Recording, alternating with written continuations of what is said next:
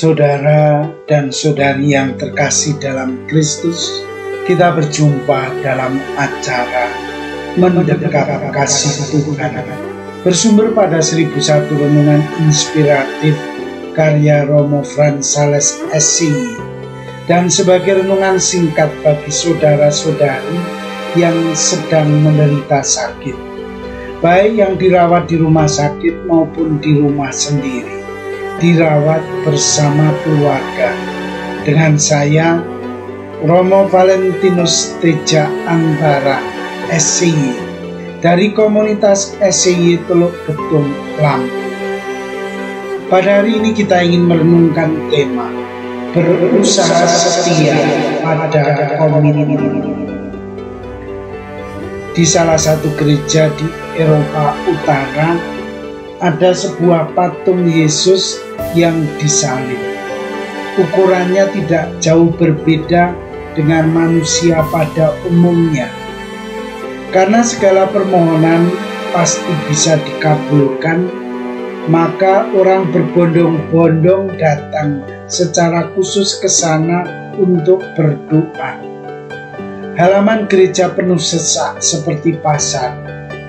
Di dalam gereja itu ada seorang penjaga pintu. Melihat Yesus yang setiap hari berada di atas kayu salib, harus menghadapi begitu banyak permintaan orang, ia pun merasa iba. Di dalam hati ia berharap bisa ikut memikul beban penderitaan Yesus.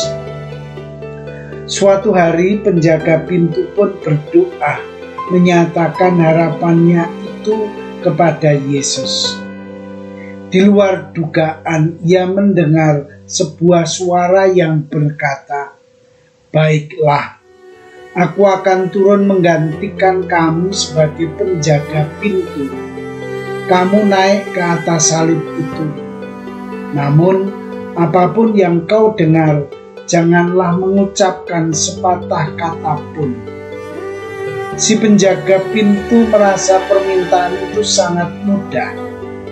Lalu Yesus turun dan penjaga itu naik ke atas, menjulurkan sepasang lengannya seperti Yesus yang dipaku di atas kayu salib. Karena itu orang-orang yang datang bersujud, tidak menaruh curiga sedikit pun. Penjaga pintu itu berperan sesuai perjanjian sebelumnya, yaitu diam saja, tidak boleh berbicara, sambil mendengarkan isi hati orang-orang yang datang. Orang yang datang tiada habisnya. Permintaan mereka pun ada yang rasional dan ada yang tidak rasional. Banyak sekali permintaan yang aneh-aneh. Namun penjaga pintu itu tetap bertahan untuk tidak bicara karena harus menepati janji sebelumnya. Suatu hari datanglah seorang saudagar kaya.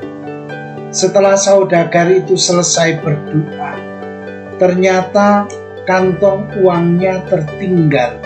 Ia melihatnya dan ingin sekali memanggil saudagar itu kembali, namun terpaksa menahan diri untuk tidak berbicara. Selanjutnya datanglah seorang miskin yang sudah 3 hari tidak makan. Ia berdoa kepada Yesus agar dapat menolongnya melewati kesulitan hidup ini. Ketika hendak pulang, ia menemukan kantong uang yang ditinggalkan oleh saudagar tadi. Begitu dibuka, ternyata isinya uang dalam jumlah besar.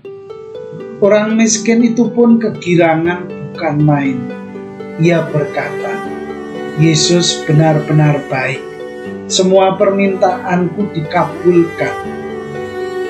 Saudara dan saudari yang dikasihi Tuhan, menepati janji itu suatu kebajikan. Apalagi janji itu diikrarkan di hadapan Tuhan dan sesama. Banyak orang mengikrarkan janji untuk saling setia. Namun, begitu persoalan-persoalan menghadang hidup, orang gampang mengingkarinya. Orang begitu mudah meninggalkan komitmennya untuk mencari komitmen yang baru. Pertanyaannya, mengapa hal ini terjadi dalam hidup manusia? Hal ini bisa terjadi karena manusia kurang punya iman yang mendalam kepada Tuhan. Orang merasa bahwa suatu janji itu hanya sekedar main-main atau suatu peristiwa yang terjadi di antara dua orang saja. Sebenarnya tidak. Janji yang diucapkan itu memiliki sifat sosial dalam kehidupan bersama. Orang yang gampang mengingkari janji itu biasanya sering menumbuhkan ketidakharmonisan di dalam hidup bersama. Orang yang sering mengganggu persaudaraan dan persahabatan yang telah dijalin bersama. Karena itu, sebagai orang beriman, kita mesti berusaha untuk setia pada janji atau komitmen yang telah kita buat. Untuk itu, dibutuhkan suatu semangat berkorban. Artinya, orang mesti mengorbankan kepentingan diri sendiri. Orang mesti mulai membangun suatu sikap untuk memenuhi kepentingan bersama. Mari kita berusaha tetap setia pada komitmen kita.